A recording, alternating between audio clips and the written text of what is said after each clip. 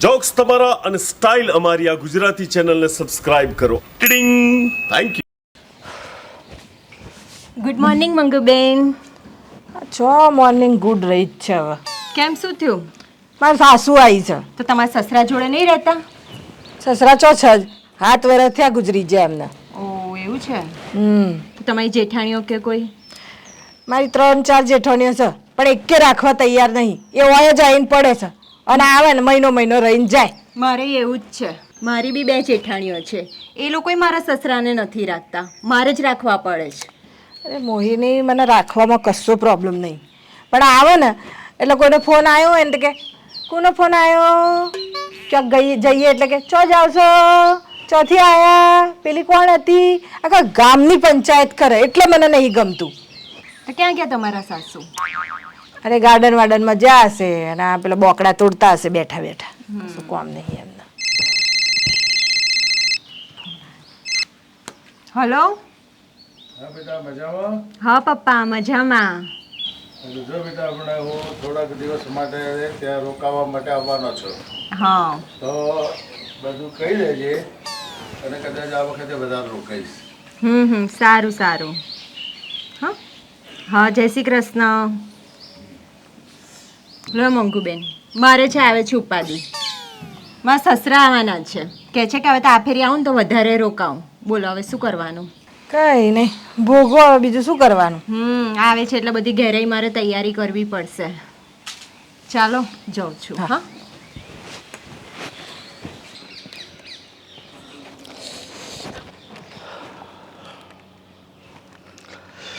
જય શ્રી કૃષ્ણ. જય શ્રી કૃષ્ણ. સોસાયટીમાં નવરે આવ્યો છો? હા, આ તો પહેલી વાર જોયા ને તમને એટલે. પેલા મંગુ છે ને 12 નંબરમાં રહે છે, એમની સાસુ છું. અચ્છા, 19 નંબરમાં જયેશ અને મોહિની રહે છે ને? હું જયેશના પપ્પા. તમે એકલા જ આવ્યા છો કે તમારા હસબન્ડ પણ સાથે આવ્યા છે? ના, મારા હસબન્ડ નથી, હું એકલી જ છું. એમને તો ગુજરે 5-6 વર્ષ થઈ ગયા. ઓહ એવું. કઈ બીમાર હતા? હલી જો કેવું કપલ બેઠું છે. ઓલી મારા સસરા છે. મને ખબર છે ને પેલી મારી સાસુ છે. બેસ. ના, બીમારી તો કંઈ નથી, પણ અટેક આવ્યો. ઓહો, આજકાલ એટેકની પણ બહુ બીમારી થઈ ગઈ છે સાલી. જો કેવા વાતો કરે છે. અને તમારા વાઈફ? મારા વાઈફ પણ ગુજરી જ ગયા છે. એના 5 વર્ષ થયા. જોકે એ આમ તો સાજા માંદા રહેતા જ હતા. મેં સારવાર પણ બહુ કરી, પણ હવે શું કરીએ, ઈશ્વરને ગમ્યું તે ખરું. અને મોહિની, આ લોકો રોજ આવી રીતે મળશે તો જવાનું નામે નહીં લે. હા, નહીં જ જાય. ના જ જાય ને. હું આ તડાકા પડાકા કરવા મળે અને ઘેર મસ્ત ખાવા મળે. શું દુઃખ એમને? પછી જતા હશે. અરે લ્યો ને તમે પણ. અરે નહીં. ના લ્યો. અલી જો એક જ પડીકામથી ખાઈશ 2 જણા. સવારે પડીકું લઈને જ ગયા હતા. એક પડીકું છે. શું કરે છે તમારો દીકરો? એ પ્રાઇવેટ કંપનીમાં જોબ કરે છે. એ સરસ. તો મંગુબેન, અમને ભગાડવાનો કોઈ આઈડિયા કરવો પડશે. બગાડીશું ને તો અઠવાડિયામાં પાછા આવશે. તો હવે શું કરીએ? અને તમારો દીકરો શું કરે છે? મારો દીકરો વિમાનો ને એવું બધું કામ કરે છે. એક આઈડિયા આવ્યો છે મને. કેવો? તાર સસરા કેટલા દિવસ માટે આવ્યા છે? મહિનો 1.5 મહિનો કહેતો હતા. મારા સાસુ 1-1.5 મહિનો માટે આવ્યા છે. તો આપણે છે ને એમને ભગાડવા નહીં, તો એમને 6 મહિના રાખીએ. 6 મહિના રાખવાના? આ તો તમે ઉપાધિ વધારી. મહિનાને અહીંયા ફાફા છે ને મારે 6 મહિના રાખવાના? આ કોટો હંમેશા માટે કાઢવો હોય ને તો 6 મહિના નહીં 7 મહિનાએ રાખવા પડે. પણ હું નામ જ પૂછવાનું ભૂલી ગયો. મારું નામ સરલા છે. મારું નામ શૈલેષ છે. કંઈ ખબર ના પડી. અરે હું સમજાવું, જો ભગવાન કરે ને 6 મહિનામાં અમનો મેળ પડી જાય તો આપણે આ 2 જણના લગ્ન કરાવી દેવાના. લગ્ન કર્યા પછી એમને જો રહેવું હોય તો એમને તો રોટલા ખાવાની ઉપાધિ હતી ને, રોટલા ઘડવા વાળી આવી જાય પછી આપણી શું જરૂર છે એમને.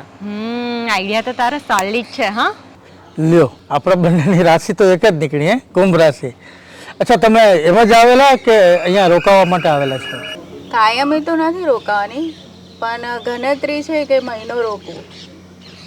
એમ તો મારે 4 દીકરા છે, પણ મારે આ દીકરા સાથે ફાવે છે. મારે 3 દીકરા છે અને એક દીકરી પણ છે, પણ એ પરણીને સાસરે ગઈ છે. દીકરાઓને પણ લગ્ન થઈ ગયા છે એમ ને? હા, બસ ભગવાનની દયા છે. 3 દીકરાના લગ્ન થઈ ગયા છે, દીકરીના લગ્ન થઈ ગયા છે અને બિલકુલ હું પરવારી ગયો છું. શાંતિ છે. ચાલો ત્યારે હું જાઉં. તમારી સાથે વાતો કરીને ઘણું સારું લાગ્યું. મને પણ સારું લાગ્યું. સરસ. ચાલો, જય શ્રી કૃષ્ણ. અરે આવો આવો, જય શ્રી કૃષ્ણ. કાલે તો તમે દેખાયા જ નહીં. હા, થોડી તબિયત બગડી હતી. અચ્છા, દવા બવા લીધી? ડૉક્ટરને બતાવ્યું? ના ના, એટલું બધું કાંઈ નહોતું. થોડી કળતર હતી અને ઘરમાં ગોળી પડી હતી તો લઈ લીધી. ઓકે, હવે તો સારું છે ને? હા, હવે સારું છે. સાલું ઉંમર થાય ને એટલે આવી નાની મોટી બીમારી તો થવાની જ છે. આજે તો તમે કઈ મેચિંગનું શર્ટ પહેર્યું છે ને? હા, મારું પણ હમણાં જ ધ્યાન ગયું કે આપણા બંનેના કલર એક સરખા છે. જમીને આવ્યા કે પછી એમ જ? ના, જમવાની આદત તો બહુ મોડી છે મારી, પણ નાસ્તો બહુ સરસ કરીને આવ્યા. તમે જમીને આવ્યા? ના, એમ તો હું સાંજે જ જમું છું, પણ સવારે નાસ્તો કરી લઉં છું. મને એમ હતું કે દીકરાને ત્યાં રોકાવો તો જઉં છું, પણ સાલું દિવસો કઈ રીતે પસાર કરીશ. પણ આ તમારી કંપની મળી ગઈ ને, બહુ સારું લાગે છે. હા, મને પણ એમ જ હતું કે ઘરે બેસી બેસીને કંટાળી જઈશ અને વહુ સાથે પણ કેટલી વાતો કરવાની, પણ તમારી સાથે બેસવાનું સારું લાગે છે. ખોટું નહીં લગાડતા. એક વાત પૂછું છું કે તમારા પતિદેવ ગુજરી ગયા પછી તમને આમ એવો વિચાર આવ્યો કે હું બીજા લગ્ન કરી લઉં? ના ના ના, એવો કોઈ દિવસ વિચાર નહીં આવ્યો.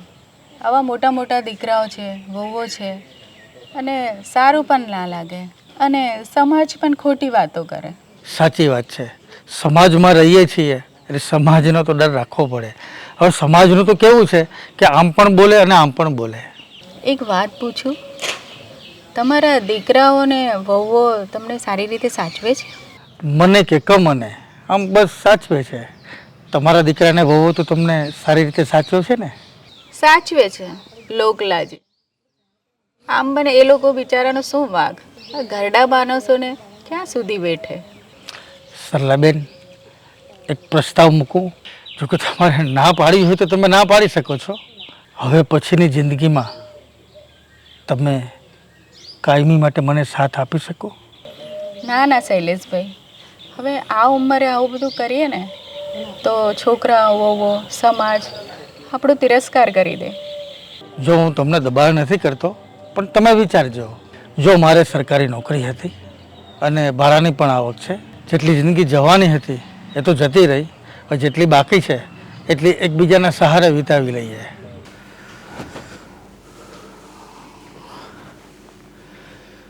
બે દિવસથી સરલાબેન દેખાતા નથી.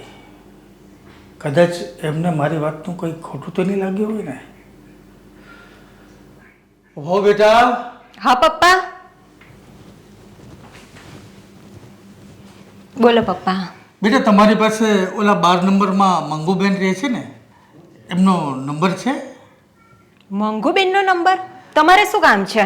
હા, એટલે મારે આમ મંગુબેનનું કંઈ કામ નથી, પણ એમના સાસુ આવેલા છે ને, એમનું કામ હતું. તમારે વળી એમનું શું કામ છે? ના, એટલે મારે એમનું કંઈ કામ છે નહીં. આ તો શું, મારી તબિયત સારી નથી, થોડીક કળતર જેવું છે ને, તો એમના સાસુ મને એક દિવસ મળેલા, તો મને એ એક આયુર્વેદિક દવા માટે વાત કરતા હતા, એ મારે મંગાવી હતી. પણ પપ્પા, કળતરની દવા તો આપણી પાસે પણ છે. તારી વાત સાચી છે બેટા, પણ હું એવી બધી દવામાં તો બહુ પડતો નથી. તને ખબર છે, હું આયુર્વેદિકમાં જ માનું છું. હા પપ્પા, હું છે ને તમને નંબર જોડીને જ આપું. લો, તમે વાત કરી લો. જાઓ. મોહિનીનો ફોન. હલો. હેલો. હા, જય શ્રી કૃષ્ણ. તમારા સાસુ ઘરે છે? તમે કોણ બોલો? હા બેટા, હું મોહિનીના સસરા બોલું છું, શૈલેષભાઈ. હા હા હા હા, બોલો. શું કામ હતું? હા, એમાં એવું છે કે મને આ તમારા સાસુ મળ્યા ને એક વખત, તો એમણે એક આયુર્વેદિક દવાની વાત કરતા હતા, તો મને કળતર છે ને, તો મારે એ દવા જોતી હતી. હા, તે દવાનું નામ બોલો, હું તમને મોકલાઈ દઈ. હા, મહામંજીષ્ટાદિક્વાત અશ્વગંધા મહાગંધા. ફરી બોલો ને. હા, મહામંજીષ્ટાદિક્વાત અશ્વગંધા મહાગંધા. મહા અશ્વગંધા મંજિષ્ઠ. ના ના ના ના ના મહામંજિષ્ટાદિક્વાત અશ્વગંધા મહાગંધા. ઊભા રહો તમે, હું એમને ચાલુ છું ફોન. ચાલુ રાખજો. મમ્મી મમ્મી આવજો. મોહિની છે ને, એના સસરાનો ફોન છે. એમને કંઈક કમરમાં કળતર થાય છે, તેની દવા કંઈક આપી હશે તમે, અશ્વગંધા. તેમને વાત કરી લો, કરી લો તમે. મારે કોણ છે, હું આવું. હલો. જય શ્રી કૃષ્ણ સરલાબેન, કેમ છો? કંઈ નારાજ તો નથી ને મારાથી? તે દિવસે મેં જે પ્રસ્તાવ મૂકેલો એનાથી કંઈ તમને ખોટું તો નથી લાગ્યું ને?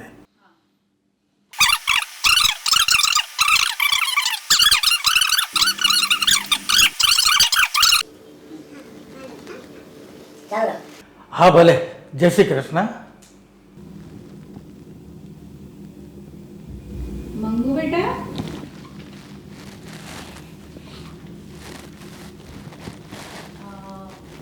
હું જરા થોડા આટો મારી આવું, હા ને? હા હા, જઈ આવો, જાઓ.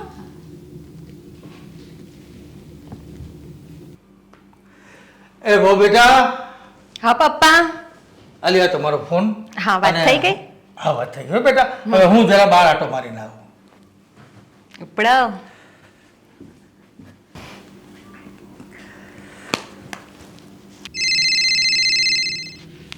હલો મંગુબેન. બોલ મોહિની. હા, તમારા સાસુ ક્યાં છે? એ ગયા ઓટો મારવા. હા, તો હમણાં જ મારા સસરા પણ ગયા. વાહ, આઈડિયા તો તમારે કામ કરી ગયો. કમાલ છો તમે તો. કરી જ જાય ને. અબ આગે આગે દેખ હોતા હે ક્યાં. હા હા હા હા, અરે મૂકું. સારું સારું. હા હા, મૂકો, બાય.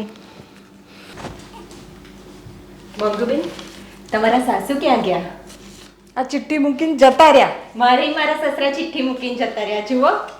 હા, શાનું વાસ કરો છો? મમ્મી જતા રહ્યા. મમ્મી જતા રે? ક્યાં? લો વાંચો. મારે સસરા જતા રહ્યા, એ જ લખીને ગયા.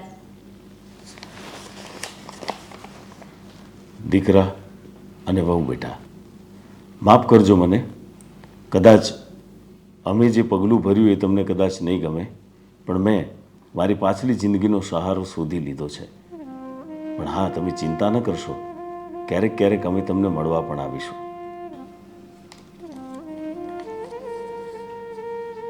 શું કહો છો?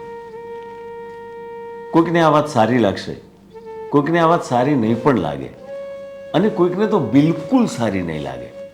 આ તો દરેકના પોતપોતાના મતો છે.